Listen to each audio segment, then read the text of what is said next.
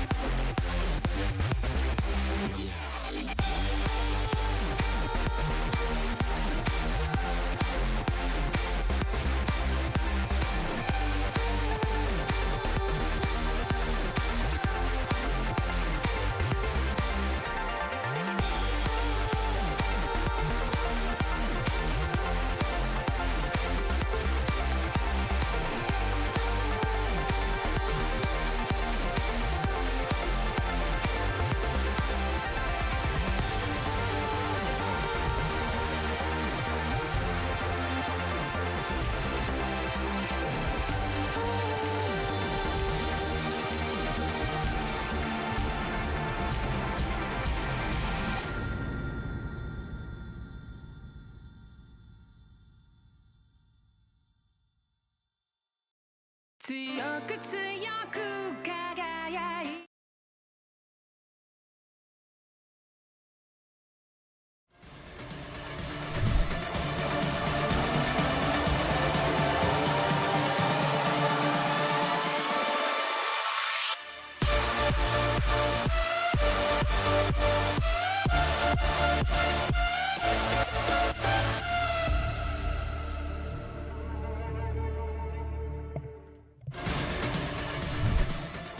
All right, everybody. Welcome back to the LAS draft. It's week 5. I'm Gundo here. Tonight I'm going to be joined by Vor Daddy alongside me for your color commentary on the day. I'm happy to be here, and I'm sure he is too. For the first game of the day, we got the Outlaws versus the Crusaders. Should be a banger of a game, and I'm ready to get right back into it because it is week 5. We're closing in on that playoffs picture there. So it should be here soon. Let me get Vor Daddy in here in chat as well, just so he can say hi to everybody. All right, Vor, you here with me?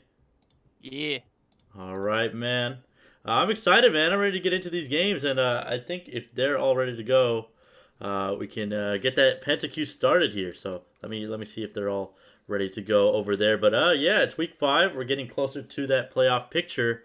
And, of course, these last few games of the season are going to be very important. So, without further ado, we're going to go straight into that PentaQ draft.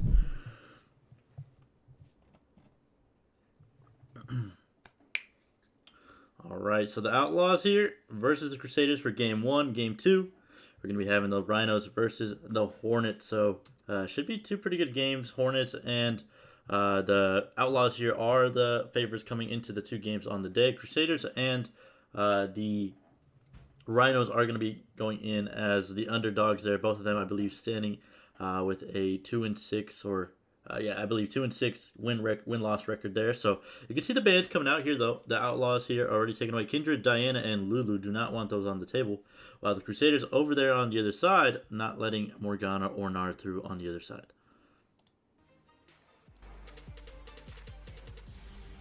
Deliberating on the last ban. As far as I understand, Night Rain is a Kindred main, plays it a lot. The Gnar being banned from RNG. Morgana just a really strong flex pick here, same for Diana. fairly standard bans. Yeah, pretty standard bans all around the table here, right? Gnar, very strong top laner in the current stage of the meta, right?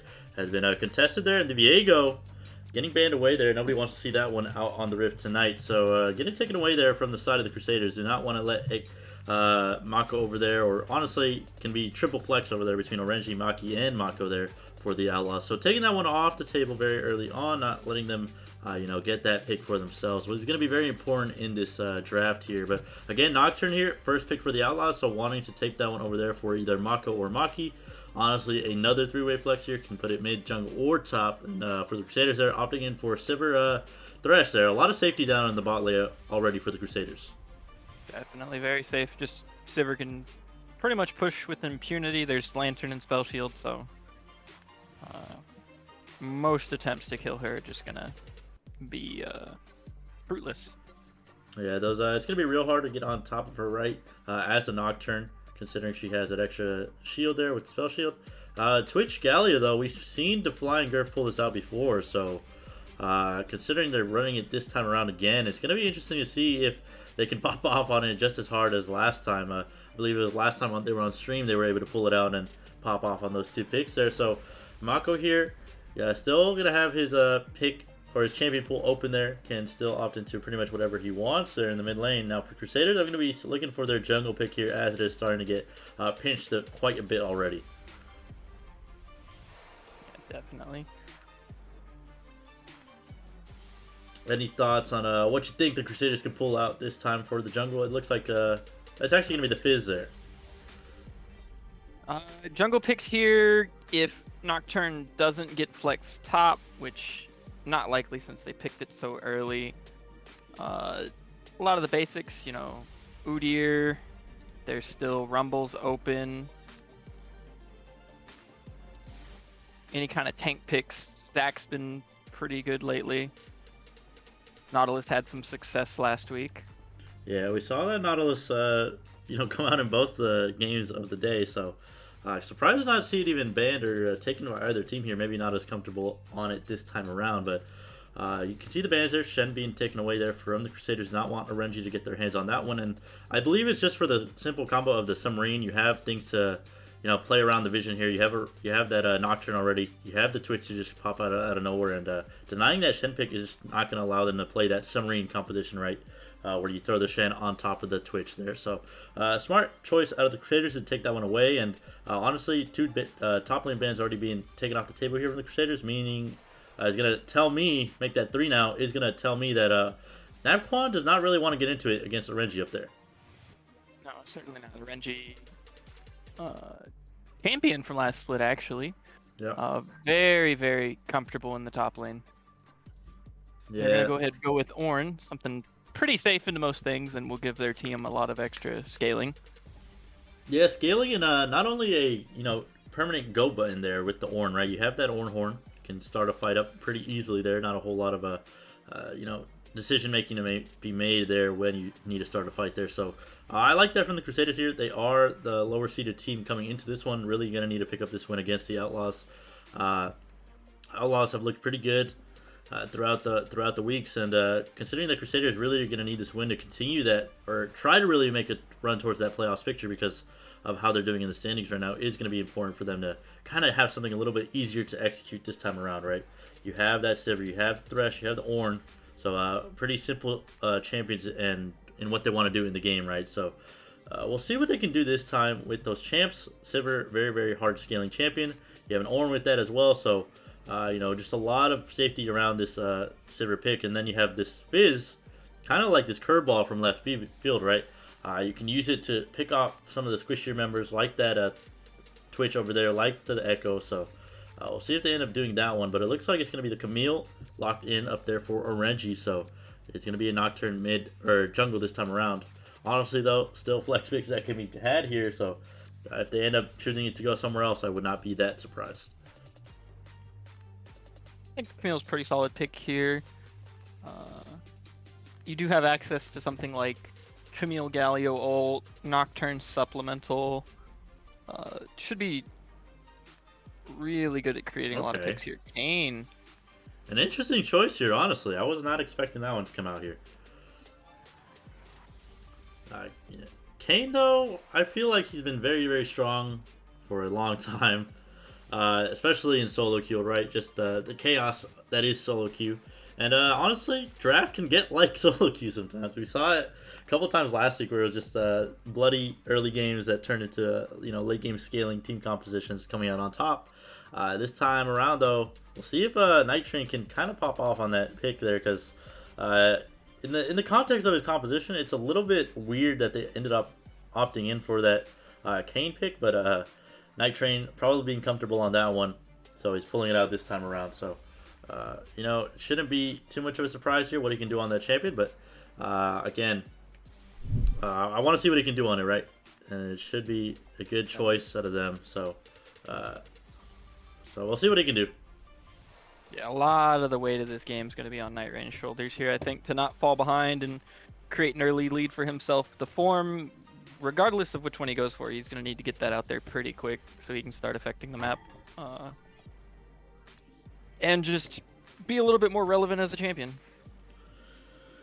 Yeah, just kind of, you got to find a way to be useful on that around the game, right? We've seen it actually in the LCS be picked and other regions be picked, that you kind of just have it there and it doesn't hit its form change until about 15 minutes, and then at that point it's kind of just a worthless jungler at that point. Yeah, it's been farming well. Yeah, it can secure you some early objectives if you can pressure out the enemy jungler, but if you're not actually hitting the enemy champions, you're never going to hit that form change. So I'm going to be looking for a lot of aggression here out of Night Rain to kind of get his feet off the ground early on and not let him or his team fall behind, really, because you have a Nocturne and a Camille Echo there on the enemy team there for the Outlaws, so a lot of early gank potential for either one of those champions there to kind of set up for that Nocturne there. So it'll be interesting to see if they can pull off those ganks, but for now we still have a lot to see. The picks are set in place though, so what's your thoughts on this Fizz Echo matchup in the mid lane? Should be pretty spicy. I think Echo is going to have an easy time getting damage onto the Fizz. It really just depends on how these trades are going to go. Echo is going to have to really plan out his Ws so he can get the shield or the stun as he needs it. He's post-fix, there's really almost no kill pressure from the Fizz here onto Echo, because Echo can just ult to dodge the fish. Yeah, that Chum the Waters going to be pretty important for Soloran over there to kind of land it and get it off early. So for now, though, we'll see what he can do. It is going to be pretty hard there. Considering the amount of mobility the enemy team has here, you have a Camille that can dodge you, Echo that can dodge you. The only real target that you have is that Twitch, and most of the time I believe Gurf is going to be standing right in front of him, so it's going to be hard to kind of just get on top of him, but I wouldn't be surprised if that Fizz at the later stages of the game kind of starts to take over some of these fights, right? We've seen it in the past. Fizz just one of those insanely good champions there. Once you get your Zhonya's, once you have the full maxed out Playful Trickster, you pretty much become a walking dodge bot, right? And Soloran, the onus is going to be on him to kind of take control of that lane and kind of pressure the map because he has these pretty standard lanes in that Sivir and that Ornn that aren't really going to do a whole lot early on, so it's going to be up to him to kind of join up with Night Rain there in the jungle and kind of pressure the map. Yeah, no, I definitely think the Twitch is going to have his work cut out for him trying to survive a lot of this engage, but by no means should Crusaders carry with the Sivir kind of get relaxed there. There's going to be a lot of dive onto him between Echo, Nocturne, Camille, and then if Galio so chooses to abandon his AD carry, that's going to be 4 people on top of a Sivir very quickly with nowhere to go. Yeah, a whole lot of engage, right? Or a whole lot of assassination potential here from the Outlaws, right?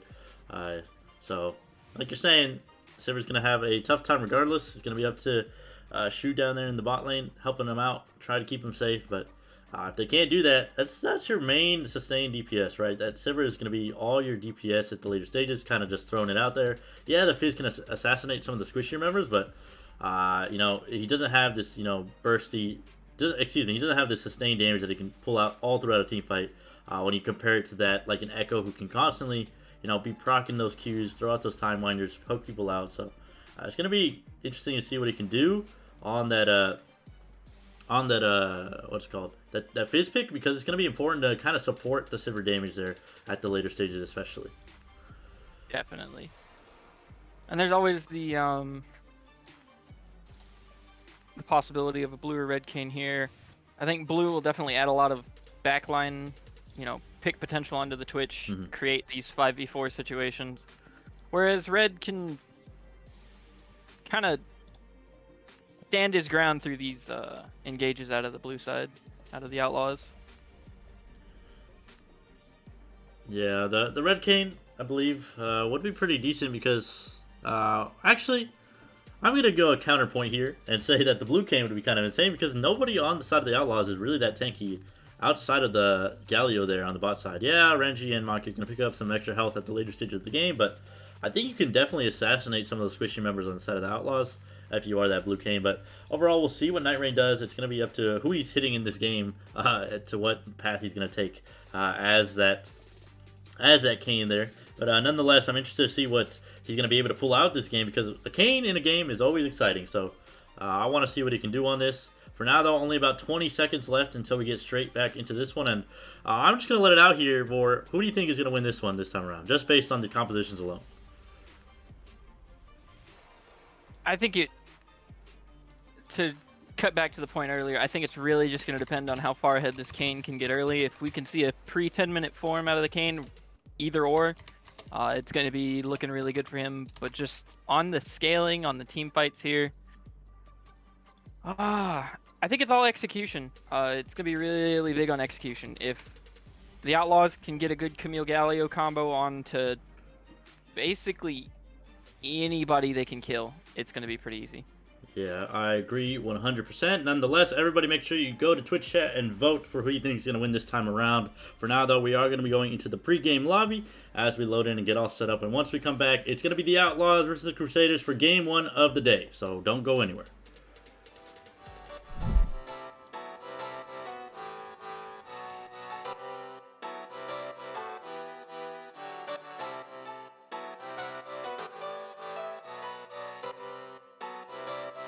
I saw you smile from across the bar. Yeah, she was pretty and so close but so far. She flipped her hair and I thought this can't be true. How does a man like me get someone like you? And then she looked at me and I was confused. Everyone here can't be the one that she'll choose. And I looked back and saw the spark in her eyes. This can't be real, my head's telling me lies. Just like that, you're coming closer to me. Come shake me, grab me, so I wake up from this dream. I can't breathe, come at me. I don't know if I can speak. Then she said, come with me and let's be free.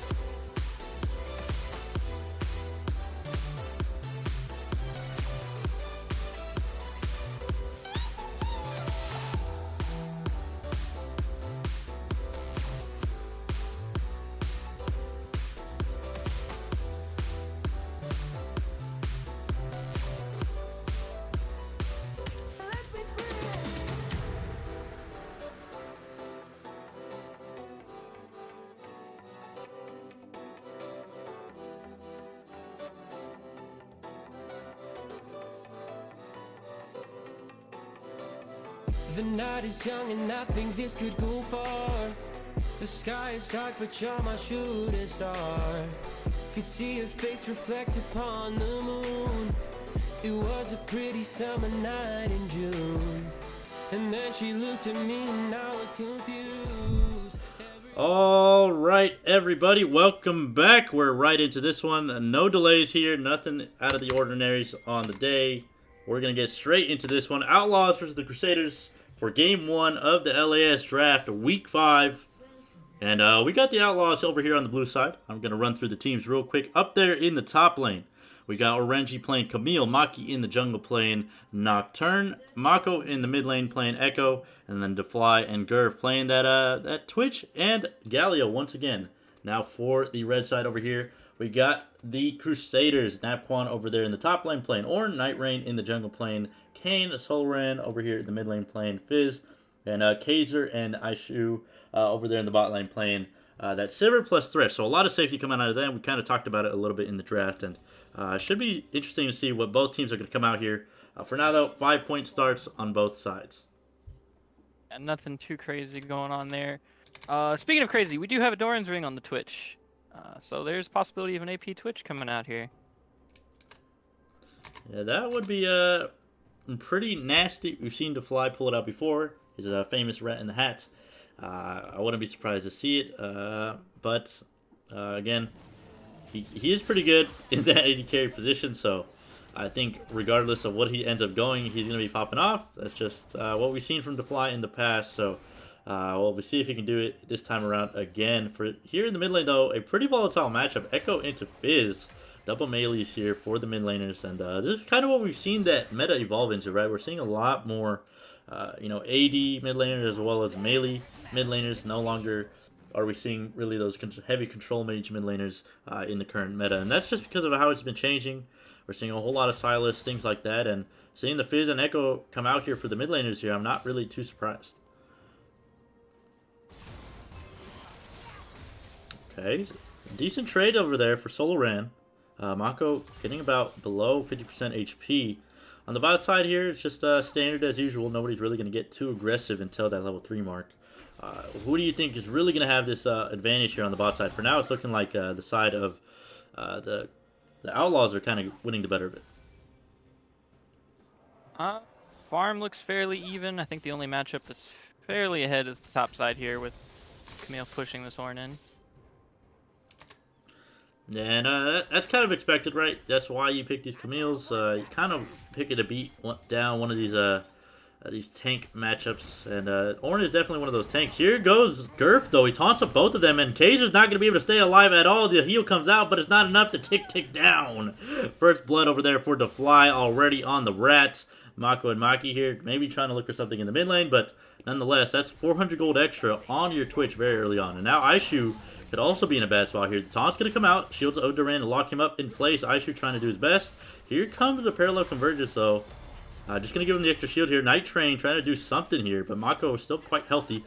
Only that W is going to come out to get that extra damage down, and now both of them are going to back away and live to see another day. A lot of blood early on here. Something I noticed loading into this one, the Ignite on the Twitch and heal on the Galio coming in pretty clutch there, securing a kill for Defly. No support steals here. Yeah, no support steals coming out there, and kind of how that combo is going to work, right? You get the burn down with your passive there on the Twitch. You combo that with your Ignite, and it's Burn City there. Not to mention if you go something like Demonic Embrace, Leandris, which I'm not expecting too much of to come out here from Defly, but if you do go that, you get some extra burn. Just steer your craft in here at this point. But Soloran and Mako here took a pretty bad trade against each other a little bit earlier, and Soloran has yet to take a really advantageous trade against Mako here, still having not used his Ignite. Mako having used his TP already, though, will mean that Soloran over here in the mid lane has that advantage here for the Crusaders, but it's still a decently even game here. Only about 500, 600 gold being up is the side of the Outlaws, and that's mainly in the top lane and that first blood that they got earlier on the bot side. Yeah. Bot scuttle yet to be taken here. Oh. Okay, here goes Night Train, though. Orenji going to do his best to outplay this one. He does hit level 5, though. A little bit more damage is going to do it. Is he going to flash in for it? The auto comes out. One more is going to do it, but he's healing up. Orenji can't do nothing but watch himself get burnt down by Night Train. And Napquan just walking in the wings, waiting to get his way out of this one. Orenji, a little bit more damage, is going to take him out, and Night Train finds one back for the Crusaders. So, on the top side, Orenji getting a little too greedy there. Even using his flash to try and secure the kill, but he didn't have enough damage just yet. And, he was up all that CS on the top side, and he could have just looked for an early reset to kind of get that cheater, get some items out, and pressure out the Ornn even more. But Napquan plays it well and doesn't get killed on the top side. And at the same time there, Thresh roam mid, to try and kill Mako on the Echo. Nocturne there to counter gank, and it actually costs the Fizz his flash as the Thresh.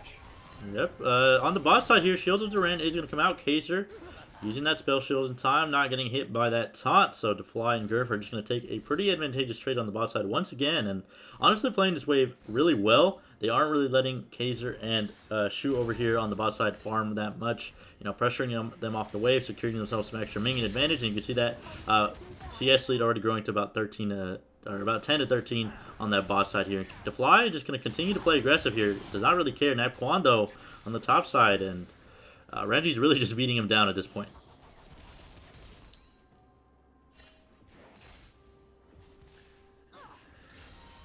So overall, decent gold advantage over here for the side of the Outlaws. About 1,000 gold in the lead.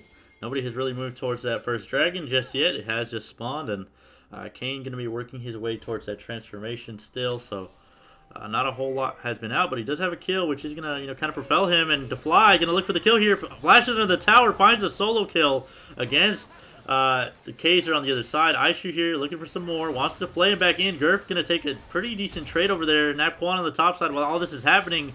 Might be going down, but he stays alive for a little bit. Soloran in the mid lane as well. Getting real low, and that bot side skirmish just turns into a 1-for-0. Or a 1-for-1 over there between the Outlaws and the Crusaders. They trade their AD carries, and it looks like Defly is going for his AP Twitch once again. Yeah, definitely something's really going to be really good here against an engage comp. Just put out your stacks, and even if they kill you, they're going to burn. Yep. No matter what happens, they will burn down and die. Again, Vor, this is turning out to be a pretty decently one-sided game at the early stages. 1,000 gold without really doing a whole lot here for the side of the Outlaws, and you can see them playing pretty aggressively even under the towers as Orenji solo kills Nap Quan on the top side. But again, going back to that point of how the Outlaws are just playing very aggressively to start this one off, Defly especially flashing in under the tower to find that kill, knowing that his wave was in a pretty decent spot, so it would bounce back to him and doesn't really lose a whole lot from going for that.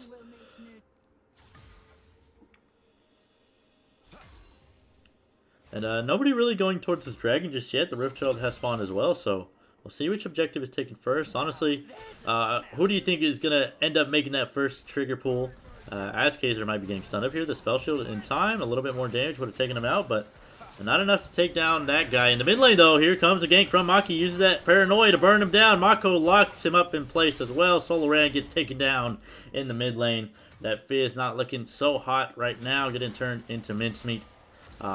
And stuffed into a can of tuna there. So overall, the side of the Outlaws is still continuing this aggression here. You saw solo kill in the top lane. In that mid lane, a gank comes out from Maki to secure Mako a decent advantage there. And Night Train now looking for this one. Aishu is here, so they might look for this, but it looks like both of the support and jungler for the side of the Crusaders are just going to back away. Outlaws just really doing a good job, not even off of these fights or these trades or skirmishes, just maintaining CS leads. Huge lead in the top side, 30 CS, couple camps in the jungle, not a small amount, couple waves mid, couple waves bottom, just that's all incrementally going to just create a big lead on the side of Outlaws. Yeah. Especially when you're already losing fights. Right, it's not like they really have had a chance in these fights since the game has started. So it's really going to take a miracle engage out of one of these guys here on the side of the Crusaders to kind of just look for an advantageous fight right around maybe one of these objectives. You do have the Thresh and the Ornn to kind of secure these choke points in between those two champions, but considering that there's Maki there with the paranoia to kind of get rid of that vision, Defly who can just show up out of nowhere.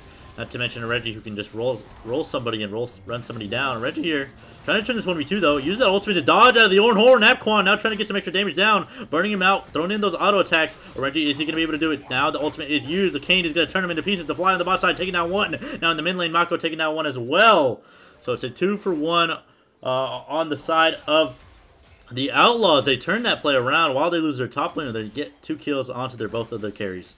Soloran here, maybe trying to get aggressive here, but he has used that Urchin Strike there to dash through them.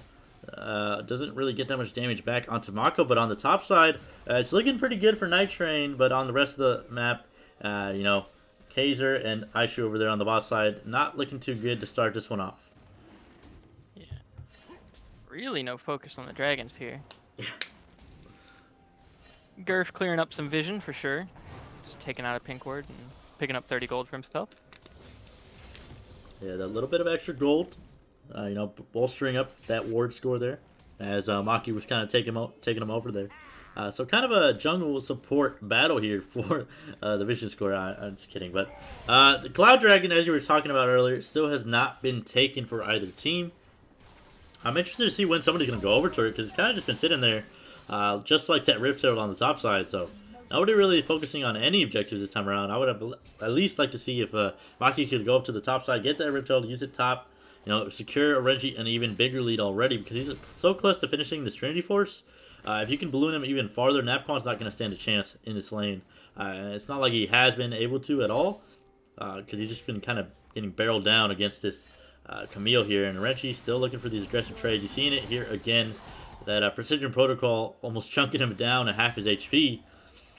So looking pretty good on this Camille pick is Renchi on this top side. And he kind of came into this one in the last few weeks. They drafted him, they pulled him in to get on to the side here. So Lorando might be going down here. A little bit more extra damage. He's going to finish him off. Mako trying to find it. The Chum the Waters comes out, but it's not enough to take him down or land onto anybody. So now the side of the Crusaders are going to walk towards the mid lane, clear out some vision, and possibly look for this dragon here. Maki here getting locked up by the death sentence. It is going to lock him up. The Dark Passage comes out, but does not land. Mako here trying to get aggressive. Kaiser here going over the wall, not really in a good position to fight anything. Renchi here goes in with the hook shot, lands onto one. The ultimate comes out on top. The Paranoia on top of that as well. 1 for 1 so far. Now it's going to be a 2 for 1. Turned over there to the side of the Outlaws. Now the Horn comes out. Night Train trying to do his best to turn this one, but it's just a 1v4 right now. They can't do anything but watch their teammates die to fly, and the rest of his team turn this one into an ace.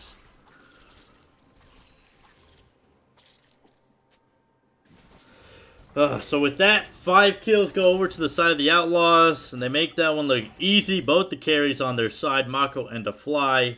4 kills here for Mako. 3 over there for the Twitch and the Fly.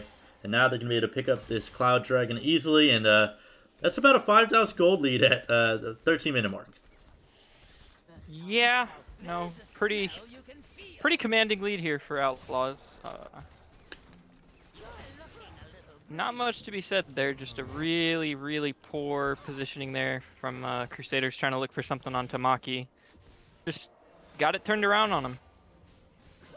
Yeah, and remember, that whole thing started off with Shu over there throwing out that death sentence. It did land on Tamaki, but really no follow-up there. They didn't have the damage that they needed. If Soloran was there, maybe they could pick off the jungler there from the side of the Outlaws, but it just wasn't enough to take him out. Then we see him fly in with the Paranoia, and they kind of turned that one completely. So overall, pretty good play there from the side of the Outlaws, and a little bit of a kind of hesitation there to not completely pull the trigger on all 5 members against the side of the Outlaws there for the Crusaders. Still going to be waiting to see what Soloran can do. The Chum the Waters is landed, but does not really have a whole lot of damage. The Urchin Strike to land on the other side of him. Mako gets chunked about half HP, but Soloran gets traded back onto as well. Gurf here just clearing vision, trying to, you know, get some control around that mid lane. Kaiser here now might be in a bad spot here. DeFly is just shooting him down. The ult's going to go out. Spray and pray. He gets shot down and expunged, man. He gets turned into pieces there. Over here on the bot side, though, here goes Maki here trying to find his kill here. DeFly is still fighting out. Soloran in the mid lane against Mako. The ult's going to come out, but over here on the bot side, Maki is continuing that one out. Soloran going to take out one. Maki is staying alive still, and he gets pulled away to safely. Night Train is not going to be able to get anything done there, but he is going to stay alive. So far, only the carries have died on the side of the Crusaders, but Orenji might be looking for another one. Here goes the auto attack, and Orenji finding another solo kill on the top side against the Orn. Napquan has not been able to do anything to stop Orenji up there from taking him down. Finally gonna see the Cloud Drake die. I believe we are. Yep, there, Maki and Gurf, 2 men in that one, support and jungle. Did a pretty good job. After looking for that fight earlier on, they are able to find this dragon here. So, again, Maki was playing pretty well at the earlier stages of this game. We saw him find that gank early on onto Soloran. Decent Paranoia to start off that second fight of the game, which got them the ace. And then that last one there to kind of start off that one as well with the Fly, after the Fly just kind of Torn Kaiser, a new one there on the bot side. And Kaiser has not been able to stay alive in any of these fights, only finishing up his mana immune now. Still very, very far behind the curve in this game. It isn't really going to be able to do a whole lot. Let's just check the Dark Harvest stack department there if we can. And again, not what I really wanted to see out of the side of the Crusaders. They are the underdogs in this match, yes, but I need to see a little bit more fight coming out of them if they want to make a playoffs run.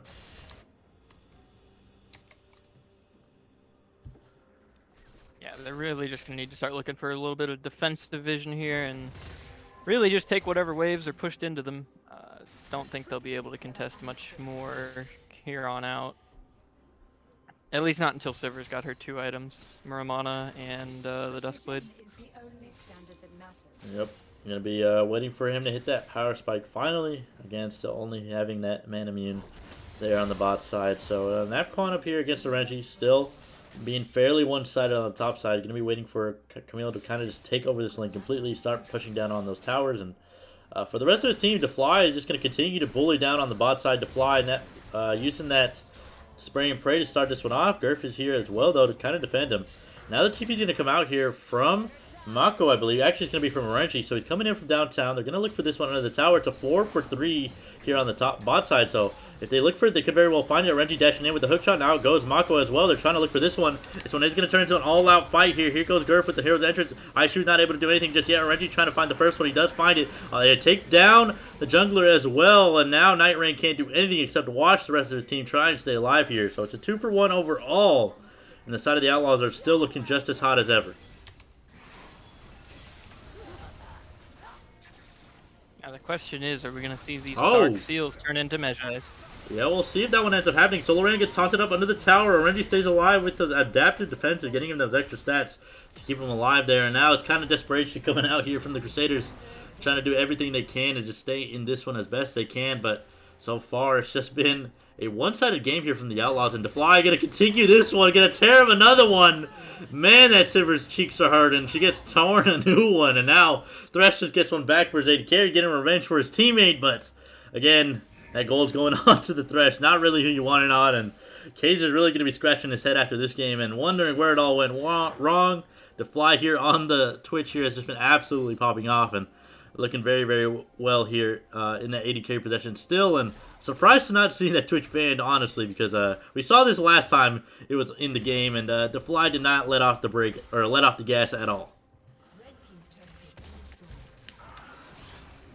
Well on his way to that death cap.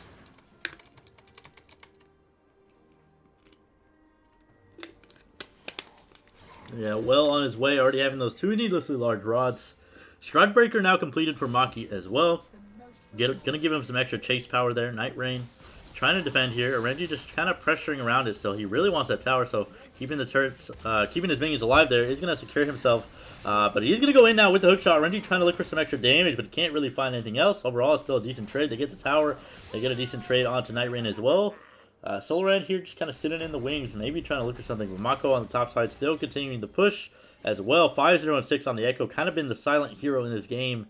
In that last fight, he picked up 3, I believe, where they completely turned that one around. So 170 CS, 5 kills to his name, 700 gold bounty, 10 stacks on that Dark Seal. So like you were saying, when are these Magi's coming out? I really want to see them come out now.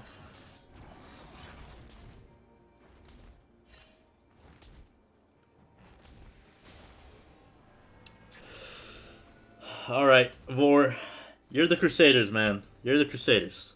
How do you set up a fight in order to win and kind of just get yourself anything in this game? Because right now, you're down 9,000 gold, down 4 towers, down a dragon. How do you come back? What's your play to make kind of these desperations plays to stop happening? I mean, Crusaders are kind of starting to do it here with the vision in their jungle. You really just need to look for the Outlaws trying to overstep their bounds. Yeah, you're talking about overstepping here. Renji very, very far up here. They are going on to Kaiser over here on the backside, but it is a front to back, so not a whole lot of damage is going on to him just yet. He's still burning down. It is going to die to a red buff there. It's still a 5 Members up and alive here. That's going to be 3 kills going over. Shutdown over there for Night Rain, but that's it. Soloran trying to do his best to stay alive. Night Rain going to go back in. He is the Red Cane healing up a decent amount. Triple kill now for Defly. A little bit more. He's going to do it. Make that a quadra kill. Defly finds 4. 10, 2 and 2 on the Rat. Red in the hat. Popping off. Grat that.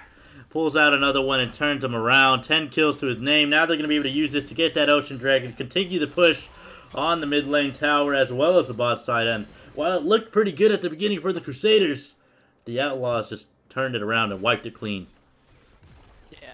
I mean, the plan was there, get the vision, look for him stepping in, but just the targets, not the ones they wanted. It was the Galio and the Bruiser Nocturne, just not the ones you're going to be able to kill there quick enough to get out. And, you know, the rest of Outlaws very quickly showed up and cleaned that up. Oh, man, and honestly, man, this has been kind of fun to watch for me. I love seeing, last time I got to see Defly on the Red in the hat, just popping off completely, so, Mako kind of just phase diving into a ward there, but I'm going to forget I saw that one. The Ocean Dragon is still up and available for the side of the Outlaws, not really putting a whole lot of pressure onto these Dragons here. 20 minutes and they're barely getting their second, but going back to that point, right, Defly has just been insane on this, right? He's been playing so aggressively on a Twitch champion that doesn't have a whole lot of safety for himself. And it's just been looking insane, right? He just walks up to the enemy carries, shoots them in the face, burns them down, expunges them, takes away their life. And we saw it last time around. We're seeing it this time again. And I think if you're really playing against the Outlaws, you kind of just got to ban that one away, considering how he's performed on it so far. You know, not even finishing up his Magi's yet either, so still a lot of damage left for this Twitch to gain, and nobody's really been able to deal with him at the first 22-minute mark, so just imagine if it gets to the 30. So for now, though, both teams are pushing on to the inhibitor towers. 2 already taken down for the side of the Crusaders. The Outlaws are going to continue this one under the towers here. They do not care that they are fighting in between 2 towers here. They really want to turn this one around, but it's looking not that well for them just yet. Defly trying to turn down another one. Night Rain trying to do his best to turn this one around as well. Here comes Mako over the wall here, but Night Rain is going to turn the best that he can. It is a 4 for 3. 3 go down on the side of the Outlaws, and that's a decent amount of gold given away to the side of the Crusaders here. They get some extra gold on their cane, some extra on their Fizz as well, so not really what the Outlaws were looking for, but honestly, it's not really going to mean that much. They still are 10,000 gold in the lead. They just give a little bit back towards the side of the Crusaders. Yeah, definitely want to see something like a Baron coming out of the Outlaws. They have way too much damage to be worried about burning that before Crusaders show up to contest it, and honestly, if they did, they would just all die. You've got to fly with basically 3 items. Medjai's, listen, it's a cheap item, but if you got stacks, it's what is that giving him? 80 ability power? Yeah. Pretty strong. Yeah, it's kind of insane how much ability power he's getting. Also completing that Leeching Leer, so I believe he is going for the Rift Maker. To kind of finish it off, give himself that extra little bit, get that mythic item finally in his back pocket, and now the Baron could very well just be bursted down here from the side of the Outlaws. They have a lot of AP damage in between Defly and Mako, not to mention Maki can kind of tank that one forever alongside Gurf, and then Orenchi as well here. Here goes Mako and Gurf, though. They're already going to burn down onto the Thresh here. Aichu cannot stay alive here. Defly, though, in the backside, trying to take down Kaiser. Expunged for about 1,000 damage there. Now into the tower are Night Rain and Napquan just trying to stay alive, trying to get away from this tower, trying to just do anything they can to just stay alive here. Now Soloran here, trying to show up here. They could very well look for something here, but Defly is just taunting them in their faces, flashing that Mastery 7 on the Rat, and now with that little bit of extra, with that extra pick there, they are going to be able to push down onto the first inhibitor tower of the game. There's not a whole lot of wave clear for the side of the Crusaders, so they can't really stop this one from happening. All of their wave clear was in that Sivir, so they are just going to have to watch their base be taken down by the side of the Outlaws. They get that first inhibitor, now they could very well look for this Baron. Yeah, definitely. We can have all the time in the world to take this Baron. And it's not even going to take that much time at all. Oh. No, they're actually looking to... Oh, this poor Orin. Yeah, poor Napquan, only level 13 here. Barely getting himself one of those ornamentics, so... again, the side of the Crusaders not looking too hot at the 25-minute mark here. About 9,000 gold behind still. Really going to take a miracle team fight here if they want to turn this one around.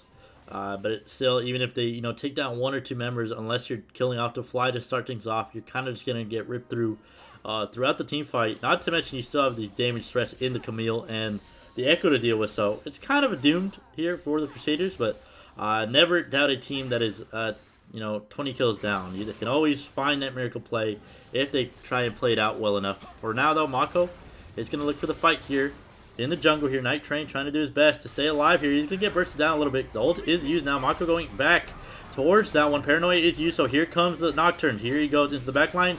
That is the first shutdown going over to Soloran. 1,000 going into his back pocket. The Dark Passion to get him away, but that is the fly. Turning him into mid-speed. He's turning him around. Triple kill there for the Rat. Here comes Orenji as well. Going to find Night Train. The Fly is going to be looking for his Penta. He's going to be able to look for a little bit. The Ignite's going to come out. The Burn is coming out as well. Night Raid going to find a 4th. Can he find the 5th? Can he make the Penta happen? Because this game is pretty done and dusted here for the side of the Outlaws. Can he look for this one right now? Are they going to look for the dive here? Durfey's going to go in. Misses it. Hits the wall. There goes the Fly. Is he going to be able to find it? A little bit more damage is going to be used. Is Napquan going to be able to survive the burst? Napquan going to get burned down. The ace, the unofficial pentakill there for the Outlaws. And the Fly pulling out the Rat in the Hat pops off alongside his team. The Outlaws will continue to look good into the later stages of the draft and continue that run towards playoffs for the Crusaders. It is going to be that defeat there. Not going to be feeling too good after this one. Definitely going to be scratching their heads. Looking to bring it back next week. So we'll see what they can do for the rest of the day.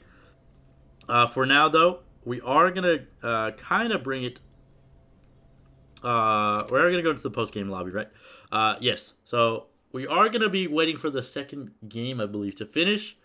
For now, though, we can look at these damage charts and just look at that right there, man. 30,000 damage in a 26-minute game. 18 kills to his name to Fly. Insane in this game, so looking real good. To start this one off, excuse me, I have these on wrong. Looking real good to start this one off. Not letting the enemy team get the best of them this time around. The Hornets looking real good in week 5 here, and DeFly pulling it out once again. I believe I have the names wrong as well. Excuse me there. Sorry about that, guys. There we go. All right. So I had the names wrong. I had everything mixed up. I did have the victory right at the beginning, but I messed it up there. So here we go. Crusaders not able to find the dub today. The Outlaws come out on top and pick up that win against the Crusaders. So looking real good going into this week. Everybody, while you are in the Twitch chat, make sure you vote for your player of the game for the Outlaws. These guys did pop off in this game. Looking to continue their win streaks and continue to go off later into playoffs. The poll is going to go up now. So make sure you vote for who you think won. And everybody who decided to vote when the game started, it was the Outlaws taken away. So you win your channel points. You get everything you need. For now, though, we are going to be waiting for the rest of the games to finish, and so we can wait for that second game of the day, which is going to be the Rhinos versus the Hornets. So I'm excited to see what they can do in that one as well. For now, though, we are going to go to a quick break as we wait for the rest of the games of the day to come out on top. For now, though, make sure you vote for who you think deserves your player of the game. In this one here, it was the Crusaders who ended up coming out. I still have those overlays wrong, don't I? It is the Outlaws coming out on top in this one, so looking real good there in this game. And now going into the later weeks, I want to see what they can do and if they can really be a playoff contender at the later stages here. But for now, we are going to go to a quick break as we load in and as we get everybody set up. Make sure you vote for your player of the game.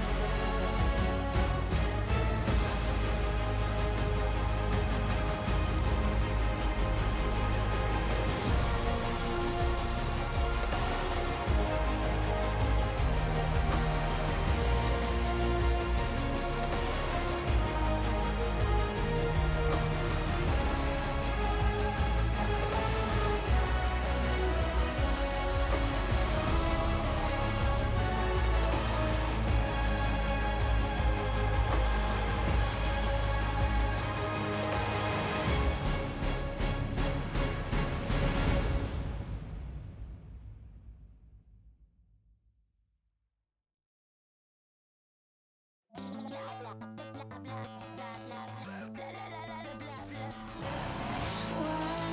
join me? Come and play, but I might shoot you in your face. Bombs and bullets will do the trick. What we need here is a little bit of panic. Do you ever wanna catch me? Right now I'm feeling ignored. So can you try a little harder? I'm really getting bored. Come on, shoot faster. Just a little bit of energy. I wanna try something better right now. I get some people going down there go. Let's burn this into ashes and see what Papa thinks. It's such pathetic neatness, but not for long 'cause you'll get jinxed.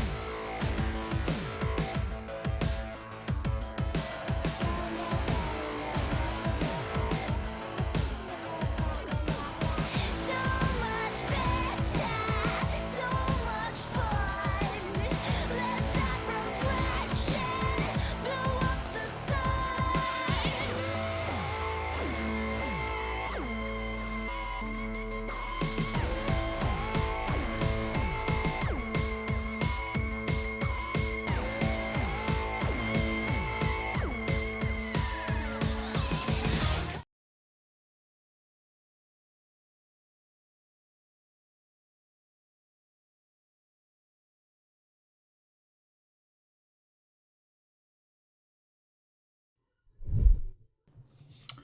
All right, everybody, we're back here, almost ready for the second game of the day. Your player of the game for the Outlaws versus the Crusaders was Maki there on the Nocturne, ending with a KDA of 2, 3, and 11. Definitely playing a supportive role in that game, but he was popping off nonetheless. Had some great engages there with the Paranoia to pick off some of those last few members in the fights and things like that. So credits to him. Maki coming out on top in this one, and the Outlaws overall coming out overall and playing very, very well in that last game. Crusaders going to be looking for them to bounce back next week and for their second game of the day this time around as well. So we'll see if they can make that one happen. Again, pretty good game out of the Outlaws there. Looking real good, looking clean, and popping off all throughout it. Not really, playing that bad in that game, right? They brought out the Rat in the Hat. They had this Nocturne pick once again to pull out there. Combo that with an invisible AD carry, and you got yourself a pretty good composition there. Not to mention a Reggie on the top side, solo killing the Ornn several times, and that plays very well for the Outlaws there. Crusaders going to be looking for them to bounce back next week. The Outlaws, though, going to continue to look pretty good and dominant on the bot side. So really interested to see what they're going to be able to do going into playoffs here, because it is only a few weeks away. Enough about this last game. For the second game of the day, we are going to be bringing out the Rhinos versus the Hornets. So similar to last time around, the Hornets, I believe, are your top-seeded team here. Yes, the Hornets are your tied for second team over here in Pool A. The Rhinos over here are in the 7th place position right now at 2 and 6. Going to be definitely looking for this win against the top dogs, or one of the top dogs in the group. Rhinos definitely to kind of come back and turn this one around here. So we'll see if they can end up doing that one on the day here. The Rhinos going to have to really, really come out and play real hard here in this one, because it is going to be important for them to kind of just get that stuff done. But I believe once everybody's ready here, we should be getting into the spectator lead for the Pentaque here. Should not be long, and just let me check in with my co-caster here, Vor, once again, to make sure he's all ready to go. All right, Vor, you here? You ready? Yes, sir. Let's do this. All right, man, let's get it for the Rhinos and the Hornets, game 2 of the day. Again, this is a LAS Week 5, the draft here. We're going to get ready to go here. Here we go. It is going to be loaded up there. Let me just get rid of the picks from last game. There we go. Straight off into it. And once they're ready, they will start to pick that one off. But Rhinos with the Hornets here, man. You got this tied for the seventh place position team here in Pool A versus this tied for second team. It's similar to last time around. We have a definite underdog here in the Rhinos against the top dog of the Hornets here.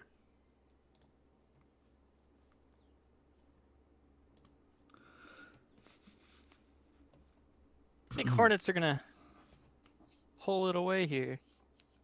Just a hunch. Going off that hunch, man. The Hornets definitely look like they're gonna have the advantage going into this one, right? And we'll see if they can end up making it happen, because similar to last time around, we saw the top dog going into the match win it. So it might happen again, it might not. We'll see. We have to wait until the game plays out. For now, though, some standard bans coming out here. You got the Morgana, Oriana, and Vayne taken away there for the Rhinos. Now for the Hornets over here on this side, we got the Volibear and Master Yi taken off the table there. So some junglers being targeted here for Cowsep. Cowsep, the actual Cowsep, I believe, is a Master Yi main. So not wanting to give the Hornets, not wanting to give him that champion there. So interesting picks here already, or banned, excuse me, being taken away there. The Talon as well being taken away there from Galifianakis. Not wanting to give that one away to him, but Anivia is being hovered here. We'll see if it ends up getting locked in. Nope, it's going to be the Leona there for Ezio Killer on the bot side. Safe support pick there. Also gives Rhinos just access to engage very early on in the draft. Something they don't have to worry about later on. Yeah, and Tristan over here being locked in as well for the Hornets. So Giggle going to be on that one. And we all know how Giggle can pop off when he's on these hyper carries here. So gonna opt in for that Tristana pick this time around. But again, just like a lot of picks in the current meta, they can be flexed to other positions here. Could even be going to Web there in the mid lane as well. So they end up opting in for that one. We'll see if it can pay off for them, because the Hornets, 7-1 right now. These guys have not been losing a whole lot. Definitely popping off in their last games. And Alistar being hovered as well. Going to be locked in alongside the Tristana. So a lot of safety there for Gigo down there on the bot side. Perky Tricks on an engaged champion as well. That can start some fights off. So pretty much exactly what the Hornets wanted to look for here going into this one. Alistar pretty good into the Leona here. Can just stop any engage off of her and engage himself. I like it. Very tanky with the ultimate. Yeah, that unbreakable will catches some people off guard sometimes, and might not be able to burn through that big cow as fast as you think. So honestly, I love seeing Alistars here, just because it provides so much utility for your team. You can start fights, you can disengage them, you can peel for your AD carry. Pretty much anything your team needs you to do, you can do. The only thing being that you have a weaker laning phase, so can be harder to survive through that and make it to the later stages of the game, where you do want to start off and get into those team fights there. So again, Alistar, great pick overall, but a little bit weaker in the laning phase, just because you not really have as much power as something like a Leona here that can just completely get on top of somebody and not really let them get away at all. So the Ezreal and Jin Zhao being locked in alongside that. Jin Zhao getting those W changes a few patches ago, I believe, allow him to have a little bit more versatility in that jungle position. Being able to dash farther with your W once you have it locked in, it can be very useful to start things off. So I do like that the Rhinos end up picking it in here, because it is one of those very strong jungle champions in the current meta. Definitely a really good champion.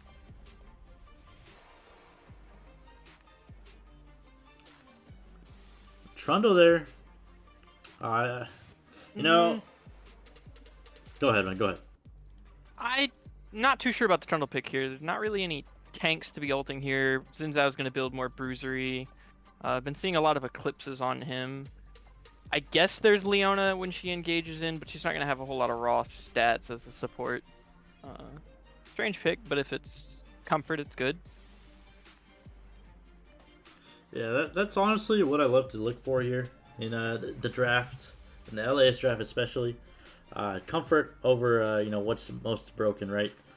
Just because it can provide you with what you really need to win. How comfortable you're in the champion, how well can you carry on the champions that you do opt in for yourself, and if you can really just have a good performance here. It doesn't really matter if you're not winning the game on it, but as long as you're not looking bad on the champion, right? It is always a good pick to opt in for comfort there. So the Malphite, Jax, Viego, and Malzahar being locked in for the second rotation of bans. Viego being hovered up for the last one. We'll see if they end up doing that one because Viego has been pretty insane since his release, whether it be in busted mechanics there with a lot of his glitches or just insane raw damage coming out from the champion itself. The champion has been very, very good in the current meta as well. We saw it, I believe, this last weekend in the LCS coming out, getting itself a couple of wins and a loss, I believe. So going to be interested to see what it can do.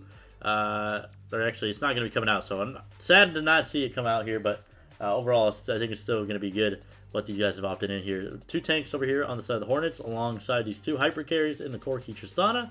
So, Beast, Yordle duo over here for the Hornets, while the Rhinos are opting in for this kind of everything comp here. Holding their top lane for the counter pick. I like it. I mean, it's the only role they haven't seen out of Rhinos.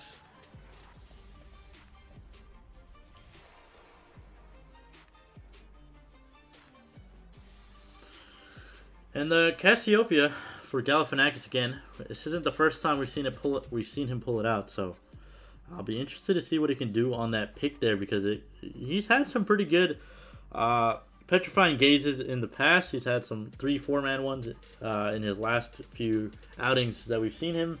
So I want to see what he can do on it this time around. He has come back to it time and time again.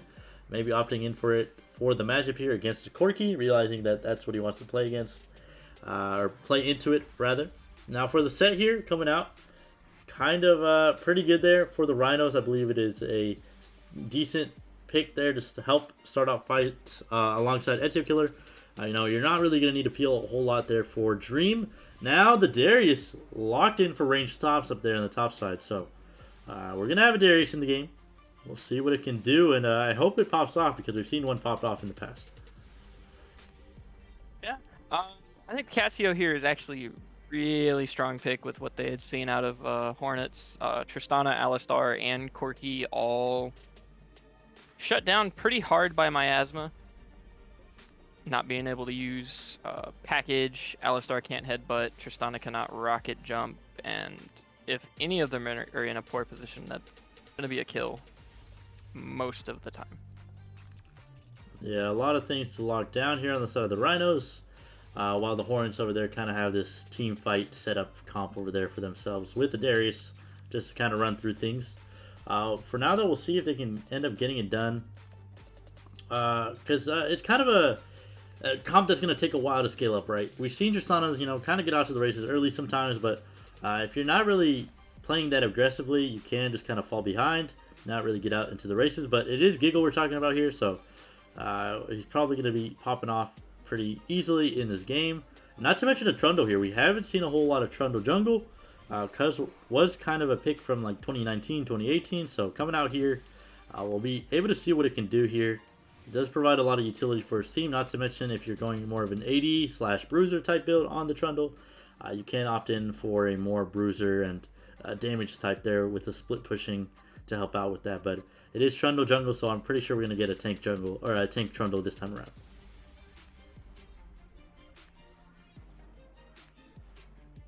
Not the worst pick here. Coming in hindsight now with the draft, Set's going to be a decent target for Trundle here to ult and break a lot of those stats off of him. Mostly the health, but that'll definitely slow down Set.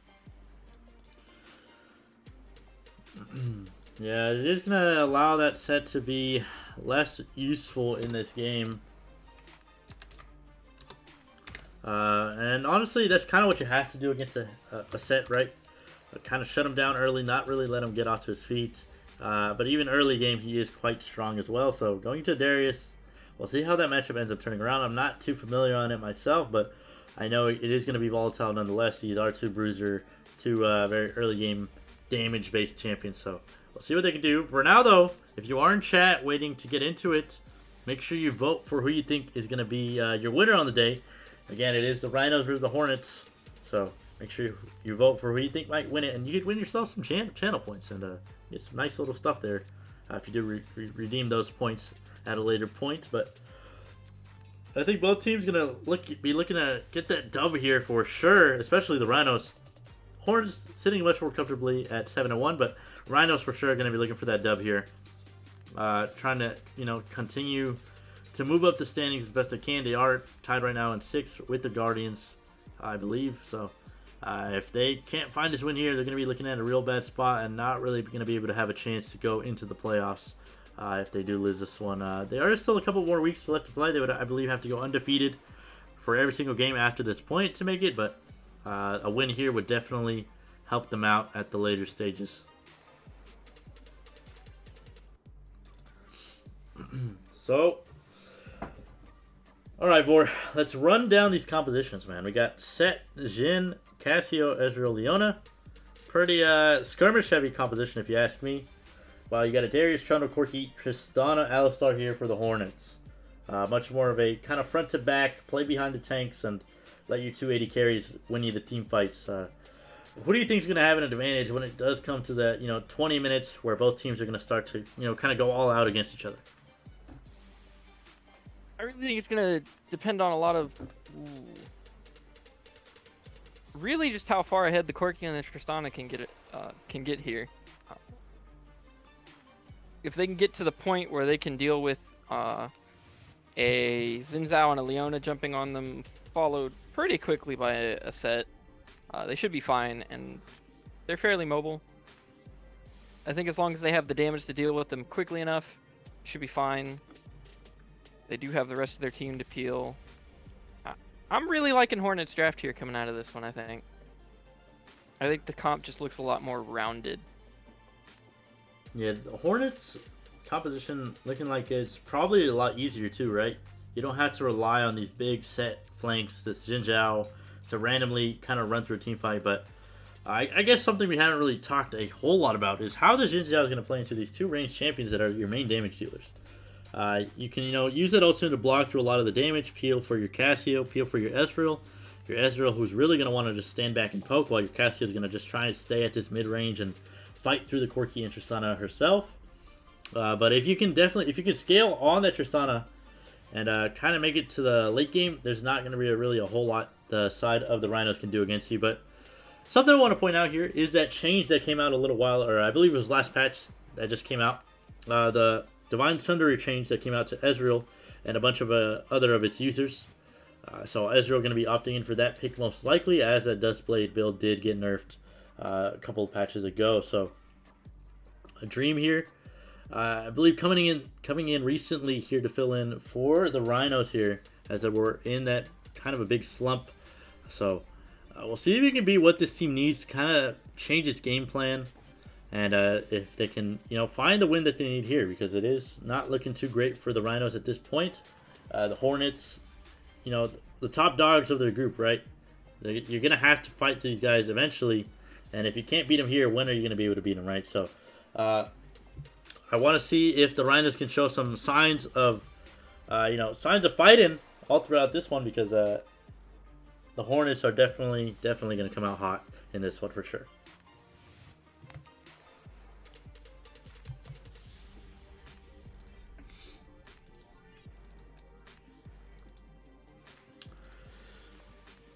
Shouldn't be that too much longer here until we get into this one. About 45 seconds until spectator delay is over for us. But I guess for now we can run through the full standings before the games today. For Pool A, we had Marauders, Hornets, Grizzlies, Falcons, Wolves, Guardians, Rhinos with the Nocturnals out and about.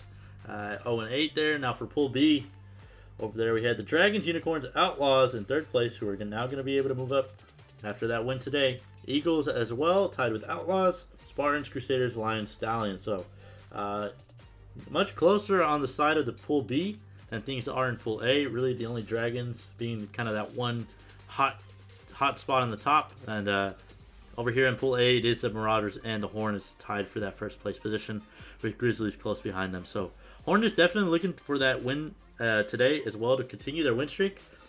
For now, though, we are going to be loading into the game, so make sure you vote for who you think is going to win, and we will be back in a few to get right back into this one.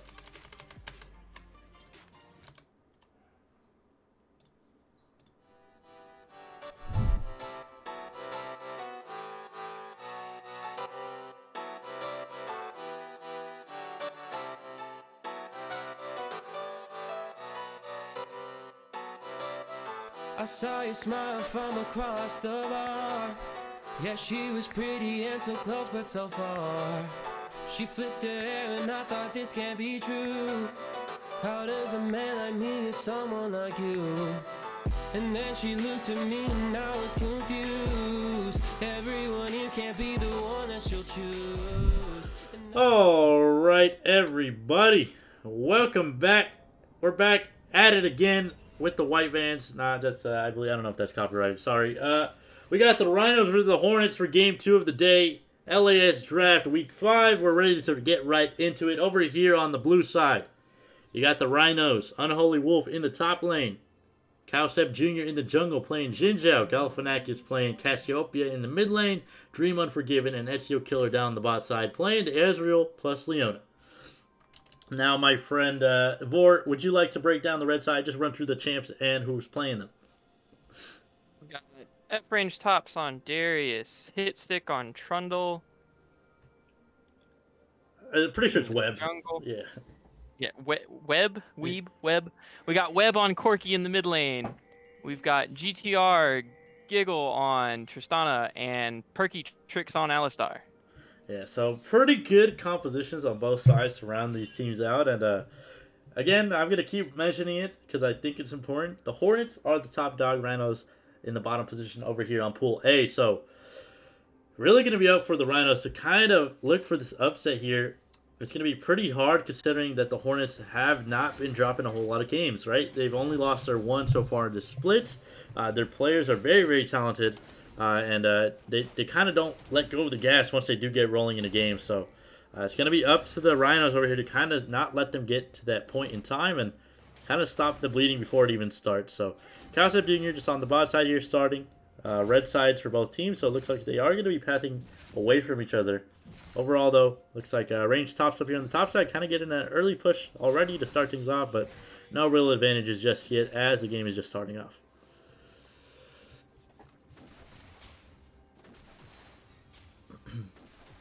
So on this bot side here, it's going to be very, very safe, honestly, for both teams. You have a big meatball to stand in front of your squishy 80 carry. Perky Tricks here looking for the engage to start things off. To hop on to Ezio Killer to already start it off. Perky Tricks getting real low there, kind of standing in front of Ezio Killer. Not able to do a whole lot, but Ezio Killer already having to use the flash and exhaust to stay alive. Only the ignite used here from Perky Tricks. So that bot lane going to be a place of contention for both junglers. Yeah, Rhino's just not respecting the level 2 there coming out of Tristana and Alistar. It's going to cost him about half of Leona's health. And an exhaust and a flash. Yeah, and honestly, that's going to be pretty important, but hold that down because range tops could be getting bulled down and bullied up here on the top side. Cowsep flashes in for that last little bit of a knock up there. He does find it. He goes under the tower here, tries to look for it, but going to play it safe and just backs away. So range tops having to use the flash and ghost to get away from that gank. And honestly, this has to be your game plan, right? You saw the set getting barreled on by the Darius, and now you blow both of his sums and force him to take an early back. So not going to be able to continue that pressure onto the set. So smart out of Cowsep Jr. to go up to that top side and kind of stop that Darius from getting rolling.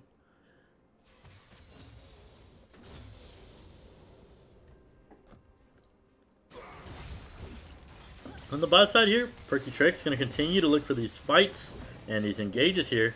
Ezio Killer getting real low there, but Giggle still feeling just fine against Dream. But Dream trading back pretty well on the Ezreal. And Ezreal getting a little bit of extra damage, I believe, in the last patch as well. Getting some buffs after they did nerf out his Dustblade build that he did used to build. Essence Reaver as well. Not really going to see that whole lot build out of him. So expecting a Divine Thunder build coming out from Dream over here on the bot side is usually what he's going to want to look for. And when he does get that first back off as well, going to definitely look for that first item tier to help him start stacking up that item for the Mana Mute. Yeah, the Divine Thunder definitely helping out Ezreal a lot with this last patch. Helps him deal with tanks a lot better. His scaling's a lot nicer, his sustain's a lot better in fights. And just an extra 400 health doesn't hurt.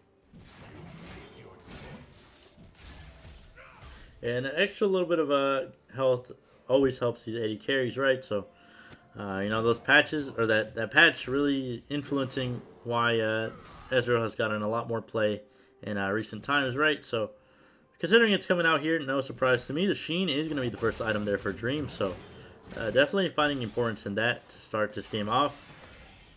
In the mid lane, pretty standard here. Cassio versus Corki here. Webb and Galifianakis even in CS. Neither having used their potions just yet. So playing the lane out very standard. Both of them farming pretty well as well. So Webb and Galifianakis, gonna have my eyes on them to kind of just, make something happen in the mid game. They are these two big, AP damage threats for both teams. Galifianakis is definitely going to have a lot more early on, right? Just because you're able to run people down with the Twin Fangs, those Noxious Blasts to get that extra move speed. While Webb over here going to need to get some, hit that level 6 before he's really starting to, do some bulk and some extra damage there with that Missile Barrage. For now, though, Perky Tricks and Giggle are getting the better of the bot side here. Dream is only down a few CS, but it is still something, right? So looking pretty good to start this game off. And while that's happening, the gold is still dead even to start this one off. The Ocean Soul or Ocean Dragon has now spawned, so whoever makes that first move is going to get that little bit of extra sustain in the laning phase if they do end up going for it early on. Hornets do see Xin Zhao topside. There is a potential for Trundle just to take this. And Trundle pretty good at one or two manning that dragon, right? You get that extra attack speed from your W. That extra attack speed you do get helps you out, not to mention you get some healing with that as well, and then your bite does a lot of single target damage. So they are moving towards it, but it doesn't look like they really want to risk it. The TP is going to be coming out now, so while they didn't really notice it, Ezio Killer is going into the back line. Dream over here on the front, trying to look for the fight. Ezio Killer is now in the front line, trying to look for this one. Webb over here on the boss side, getting exhausted now, so we're going to Valkyrie away. Cowstep now fighting hit stick, so they're trying to look for that fight on the top side. Now Unholy Wolf into the back line he goes, pulls back one. Perky Tricks is the target, but he's going to get real low here. That Haymaker comes out to get some extra health back. Oh, the heal comes out to keep him alive for a little bit longer. First blood going over to Webb on the Corki. Hit stick trying to find it, but he can't really do anything just yet. Ezio Killer here as well, but here's Galifianakis and Cowstep. They're looking for the fight on the other side. The Miasma comes out as well. Petrifying Gaze on top of that. Giggle is going to take one down, but Galifianakis picks one back as well. So 2 for 1 overall to the side of the Hornets, and it's a 4v5 on the bot side. Yeah. I mean, honestly, I think that was very convincing from Hornets to pull a 4v5 there. And come out even, essentially. Yeah, come out pretty much even out of that whole thing. Giggle picking up a kill as well as Corki, so the side of the Hornets getting that gold exactly on who they wanted on. Gonna allow them to, kind of look for this Divine Center here on the Corki, as well as that first item on the bot side. I don't know what he's really gonna go for here. Honestly, could opt in for a lot of things on the Tristana, Kraken Slayer, Gale Force, or even Immortal Shield Bow. Though I have heard it is a little bit weaker than the other two options, but nonetheless, it is still gonna be useful on that bot side. For now, though, it doesn't really, we're not really gonna get an answer as to what he's building. In the mid lane, though, the Sheen is gonna mean that Corki is gonna go towards that blue build with the Divine Sunder and possibly that Manamune and Muramana as well. So if he does end up going for that, he's going to be doing a lot of damage once he does get those items. On the bot side here, though, they are going to burn down Giggle real low there with that, what's it called? I forgot. Oh my god. That True Shot Barrage on the bot side, yeah. Don't know why I forgot that. I always say it, but nonetheless, yeah. On the bot side, it's a decent amount of a CS lead, 57 to 49, about 8 towards the side of the Hornets. Looking pretty good on that bot side for themselves. They do have to reset here, but that wave was in a pretty decent spot for Perky Tricks to kind of just hold it for Giggle when he comes back.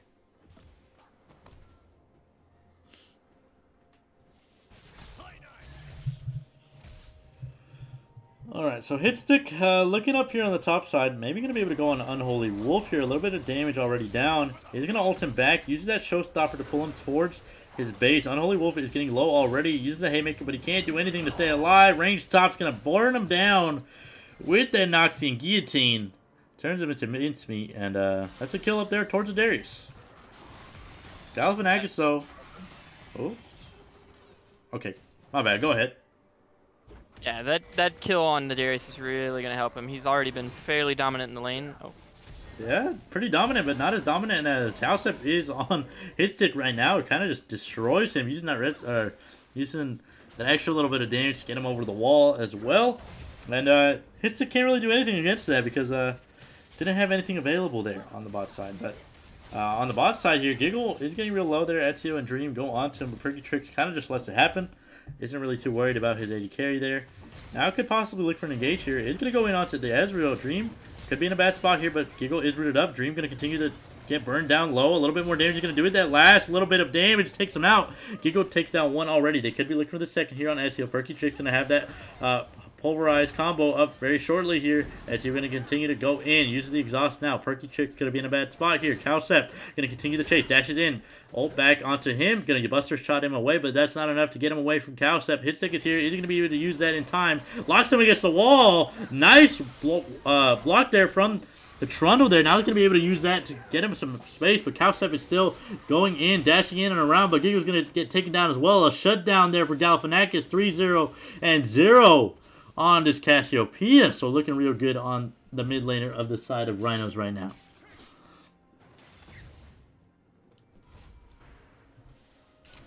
Sneaky Corky.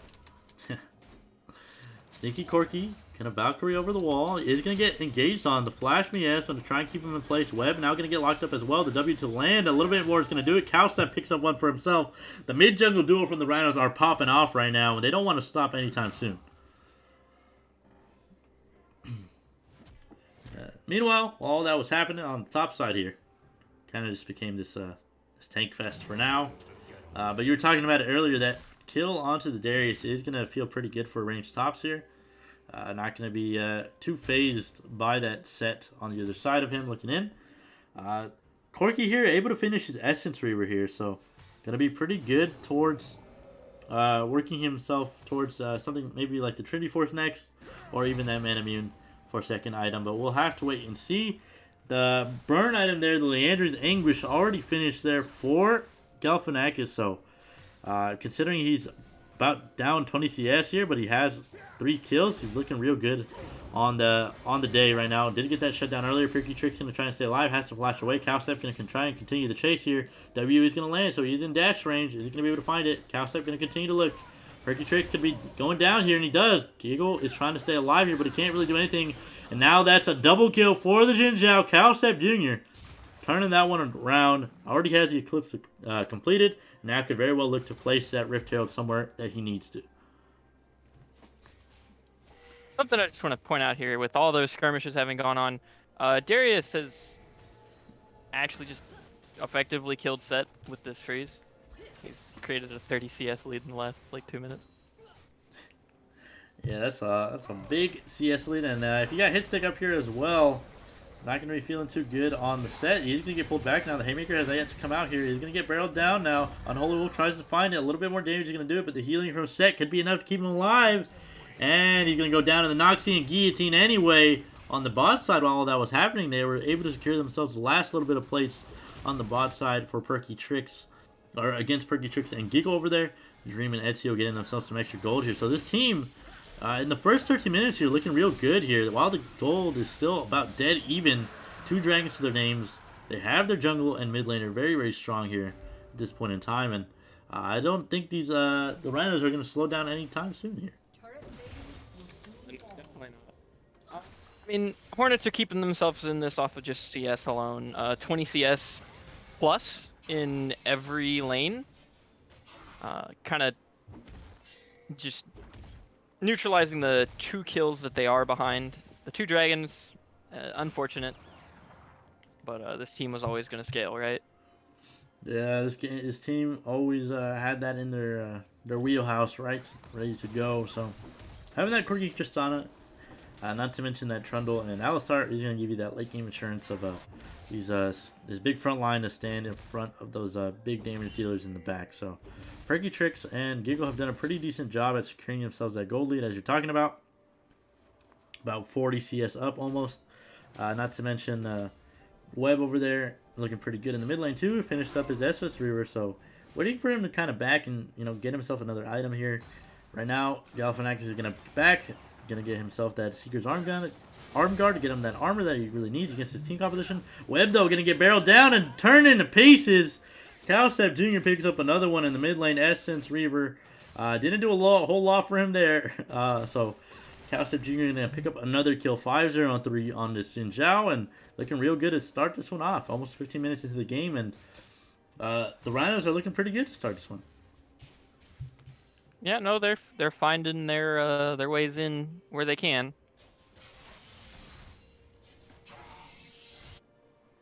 Darius still just freezing top. 60 CS lead at this point, almost. That's really just their win right here. Is this Darius getting a huge lead, getting really big, and just dunking people after like 20 minutes. Yeah, Once he breaks open that lane. Once he has complete control of that lane on the top side, which he kind of already has had for the last about 5 minutes, he's going to be able to kind of run over the map, maybe help out the rest of his team here, because Webb and Hitstick have kind of been getting beaten down around the map. So Unholy Wolf is really going to have to play more of a supportive facilitator role in this game, kind of start things off with a flank or look for something like that. And honestly, when he fell behind, I would have much rather liked to see him go towards something like that Stridebreaker rather than the Blade of the Ruined King he is building now. For now, though, we could see a fight going out here in the mid jungle, and it's going to be looking like it's going to be a fight one for the Hornets already. It is the red side going into the back line. Range stops into the back already. Shut down onto Galifianakis. Unholy Wolf trying to front line as best he can. Cowstep in the back, though, trying to stay alive. Going to flash in for the Rift Herald stack, and it isn't really going to mean a whole lot, but he does get it. A big shutdown for the Corki as well as Hitstick, so a lot of gold going over to the side of the Hornets. And now they can use that gold to continue the push. Now turning this that gold around 2,000 gold, or about 1,500 gold from that fight alone. So the side of the Hornets are going to be feeling real good after that one. Yeah, 3,000 gold lead almost here. Yep. Going to be growing as this tower goes down top and mid. That's really all they needed was just that one fight. Darius gets some resets. Corki picks up some kills. I believe he even got a shutdown. Yeah, he got a 650 gold shutdown. That's all it takes. And they've got a lead. Yeah, securing themselves that lead, pretty good there for this composition, right? Now you're able to complete those first big items there, the Kale Force, the Frostfire Gauntlet on the Trundle there, so going to be very hard to deal with these guys now running at you. Gale Force is going to provide even more safety there for the Tristana, so going to be very hard to deal with overall, and only the Divine Thunder being finished down there for the Ezreal was a big purchase on the side of the Rhinos, going to allow him to do a lot more damage, but honestly, this set is still very, very far behind, so going to be very hard to deal with anything coming his way. And we'll see what he can do for now, but it's really just looking like that set's going to have a rough time all throughout this one. Yeah, 2 levels, 2,000 gold. Yeah, not feeling too hot this time around, so. For now, though, this game is not over at all for the Rhinos. They still have that Dragon win condition here. It is the Cloud Soul, so not the best soul for their composition here. But it is a good soul nonetheless. It is going to be spawning here in about 10 seconds, so we'll be waiting for one of these teams to pull the trigger. The ult is going to go wide on his hit stick, and nobody's really going to be able to land anything. Just pulling out the fancy feet there. Now the TP is going to come in here for him. Corki into the backside. Range Tops is in the front here. They could run him down. Still has an exhaust. Here he goes, Perky Tricks. Finds a flash engage. Now onto one goes already. Ezreal Killer could be in a bad spot here. Dream Unforgiven trying to stay alive. That's already Range Tops finding one. In the backside goes Cowstep Jr. finding the second one already. Range Tops continuing to chase down with Giggle on his side. Gonna be able to find the third. That's gonna be a triple kill for Range Tops. Turning them into mincemeat. Dunking on him. On the Darius. 6-0-2 on this champion already. Range Tops popping off in this last fight, running through it, and that was all started there from Perky Tricks with that flash engage on the Alistar. Really huge flash engage right there. And then Hornets comfortable enough to know that they can just all in on that fight, clean it up, and come out with an even larger lead, up to 4 and almost a half thousand gold. Yeah, and securing that goal lead at this point in time was very, very good for them. Now they're going to have control of this bot side, have control of that Dragon Pit, so pretty much destroying any chance of the Rhinos having that soul win condition in their back pocket, right? So, going to have a rough time going into the later stages of this game, right? Because they have that composition that doesn't scale as hard. Giggle and Web, once they hit those level 15 mark, and level 16 mark are going to be absolutely insane. The amount of extra range you get on the Tristana is disgusting. And Webb there going to be blowing people up with those missile barrages as well as those extra items once he does have them. Man Immune now being completed there along Essence Reaver. And go ahead, man. Go ahead. On the note of scaling, it's not as far off as you would think. Xin Zhao falls off a little bit, especially if he's going to start to fall behind here, as still slightly ahead of hit stick here, 1,000 gold, which that lead closed from a 2,000 gold lead. The Ezreal with Divine Sunder and eventually Muramana, I would say actually outscales Tristana, but in the mid lane, Corki's just going to outscale Cassio. With no tier item being built for her. Seraph's Embrace? That's the name. Seraph's, the thing about Seraph's Embrace now, right? You don't get that shield like you used to. So I'm guessing that's being the main reason here, but I agree that extra mana is very good on Cassio.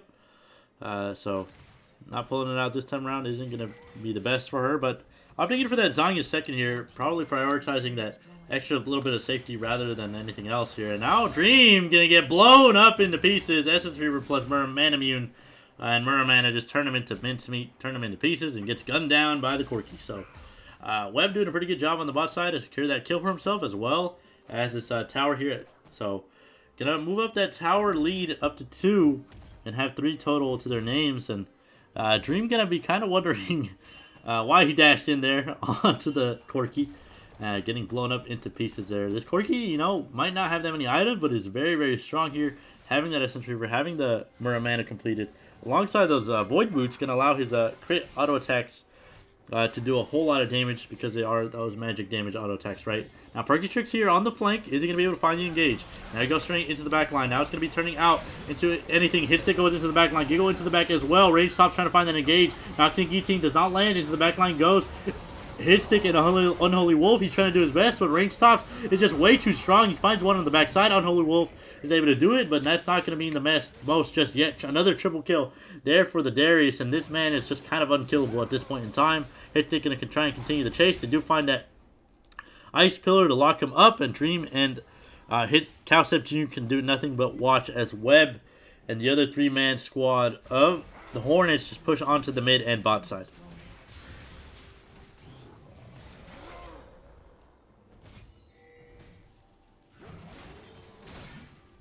Yeah, just range tops here with the Darius. Saw a chance to create a lead for himself, did it, and is gonna run away with the game here. That is what it's looking like. Yeah, and Vor, remember this game started off with a gank onto that Darius. That was the first thing that we saw happen, and you know, considering that, they haven't really been able to do their job at, you know, stopping this Darius from becoming this monster in this game, which he has been. And you know, it's really just going to be up to the side of the Hornets to continue the scaling game, continue to chase, and continue to apply the pressure here around the map to not let Rhinos really get back into this one at all. Essence Reaver and board completed there for Jin Zhao, but honestly, you're going to need to start building a little bit of tanky stats here on that Jin Zhao, just because there's a whole lot of damage here, and you know, you can only block the damage coming out from the ranged champions on Cowstep. So if you're dealing with something like the Darius here, you're going to get turned into pieces here. And now, ranged tops is going to get barrels down now, though. So alongside Perky Tricks is going to be able to take him down overall. But Cowstep Jr. definitely doing a lot more damage than I expected. Yeah, he might have turned that one around on the 1v1. I mean, steel caps and 2 lifesteal items. Oh. Pretty strong into the day. Oh, wow, that's a whole lot of damage coming out from the Corki package. Unholy Wolf gets burned down solely by that ability. And now he picks up a double kill going to the backline by himself. The rest of his team is just going to pick up the Baron while all this is happening. So, you know, Webb kind of playing unhinged at that point. Goes straight into 3 members with that Corki package, and he definitely destroys the enemy team there. Oh, that was funny to see that. You know, Unholy Wolf couldn't do anything to get out of that and just gets burned to pieces. Package scales crazy. 200% bonus AD? Yeah. That is insane. Pretty disgusting AD ratios on that ability, right? And that happened at the start of this year, right? If I'm remembering correctly, they kind of changed it. They wanted Corky a little bit back in the meta, and they changed that. And with a bunch of recent patches, he's kind of sort of made his way back into the meta, but opting in for that Immortal Shield Bow, going to give him that extra little bit of safety against the enemy composition. Some survivability against Cowsep and Galifianakis here, so it'll be a little bit harder to deal with him, but going to allow him to do a lot of extra damage too and sustain throughout the fights even better. Definitely. It'll also give him a lot more opportunities to do exactly what he just did with the package. Just run into 3 people and they're not going to be able to kill you before you kill them. Not with damage like that. Not with that disgusting damage he just did in that last little skirmish against the one-man squad. And honestly, for how do you find a way back in if you're the Rhinos? You're down a Baron, you're down 2 Dragons now. You haven't really been winning any fights here. Now Cowsep might be getting caught out again, but honestly, man, how do you find your way back into this game? Because right now you're just kind of been losing it for the last 10 minutes. I'm going to hold that thought because Cowsep is trying to get real aggressive here. Goes into the back line, not using his ult just yet. He's going to get railed on. Range stops, already picks up the first one. Unholy Wolf has yet to use the ultimate. Is he going to be able to ult somebody back in? Into the front line goes Galifianakis and Vor. He does lock up 2 with the Petrifying Gaze. Into the back line is Ezio Killer locking up 2. Unholy Wolf in the front. Fighting against Hitstick only. Giggle and Perky Tricks taking down Leona on the other side. Unholy Wolf going to get taken down as well. All while all this is happening, Webb is securing himself the win on the bot side. The Hornets have made the easy comeback into this one. 12,000 gold up now. 9-23 is the kill score. And now with 4 members down, they could very well look to end this game. So, I mean, now with the game what it is, to go to your point of how do the Rhinos take a win out of this one? Okay, that tower's gone. Now I just don't see it. I don't think there's any way back in it for him. I mean, Hornets would just have to dive the fountain at this point. Yeah, we'd have to see. There's no damage from the Rhinos that can deal with Shield Bow, Sterix, full tank Trundle. Nope. Just not happening. Yeah, not to mention triple inhibitor now. Gotta agree with you there. Not much is going to be able to happen here. Galifianakis is going to get locked up there. Into the back line goes Unholy Wolf, so they're going to try and look for the engage at the end of the game. Cowsep and Dream are just throwing in pot shots, trying to do their best to stay alive, but they cannot take down the top team. Dream trying to throw in those pot shots to try and stay alive in this game, but Webb is going to go in as well. Dashes in, throwing out those missiles, throwing out the autos. Webb is trying to do his best he can, but that's going to be the game win. Hornets make it 8-1. Going to continue in the top of the standings, and now the Rhinos going to be looking real rough at the bottom of Pool A here this time around, and couldn't really do anything all throughout this game. They did have a decent lead to start it off, but the Hornets were just too good in this one, and really it's going to be up to them next time and next week to just try and continue the push upwards, because they are at the bottom of the standings right now. While we're talking about all this, I'm going to let you just break down the game a little bit as we saw it, and I'm going to start the prediction over here for the player of the game. Yeah, so I mean, Rhinos started the game off really strong. They found a lot of good early fights, early picks. Cowsep found himself 5-0 there for a good while, up 2,000 or more gold. And I think it was at the point, it was probably about right then, F-range tops there on the Darius. He found himself, he said, hey, I've got a freeze on this guy. He can't walk up to fight me. If he ever walks up here, hit stick, just come kill him.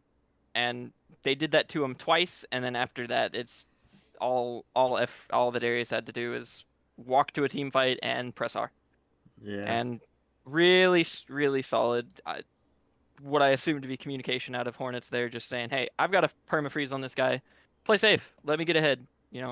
Make him useless, and then we just go kill him, take a fight on the top side, which they did. They took he found a triple kill, like, not even 3 minutes after he had that freeze off of the Rift Herald, and then they got the Rift Herald, and, I mean, they turned that gold lead around really, really quick there. So, yeah, really good of them to identify a win con there where there was not much of one to be had. Yeah, and all credit there to the Hornets lineup there, as you were talking about. Range tops popping off at the later stages. I think an unsung hero that isn't really going to get a whole lot of credit, or as much as he should, is that Corky there did pop off at the later stages, was constantly split pushing, and And Webb just made it look easy against Galifianakis, right? Galifianakis did have those 3 kills to start the game off, and couldn't really get off to the races with himself, and not to mention Cowstep Jr. there as well.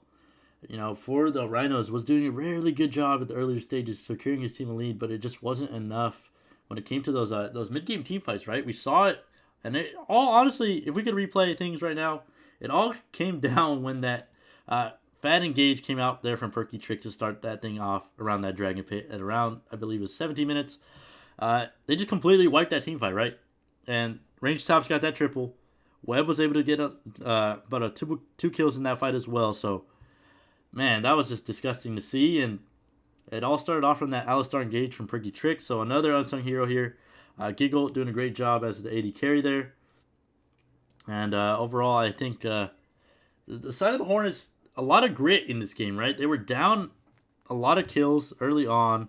They kind of had a losing mid, but they stayed alive. They stayed CSing well all throughout the game, and were able to come out with that dub. All right, so Vor, you got any closing thoughts to finish this one off? No, I mean, really, really, really good games today. First one, fairly one-sided. The second one, I think I like the comeback. I like the just insane wave management. Showing a lot of improvement here. I like it. Yeah, and it's good to see going into the later stages of the season, right? The playoffs is just around the corner. Gonna start very, very soon. These teams are kind of making their last adjustments before that comes out. So it's gonna be very important for these guys to kind of just secure themselves what kind of team they want to be going to the later stages of the season. And overall, I think the Hornets have been doing it since week 1, right? These guys have been popping off, looking real good. There's a reason they're in second place, right? And for the Rhinos here, they really, really got to bounce back here. They've kind of been on the fat slump. So I'm really looking forward to next week if they can make a change happen. And for your player of the game, with only about a minute left, I don't think anybody in chat else is going to vote. So I'm going to close it now. It was F-Range Tops taking that one home. And the Hornets coming out with the win here. So with a KDA of 11, 0, and 4, absolutely disgusting performance on that. Got 2 triple kills.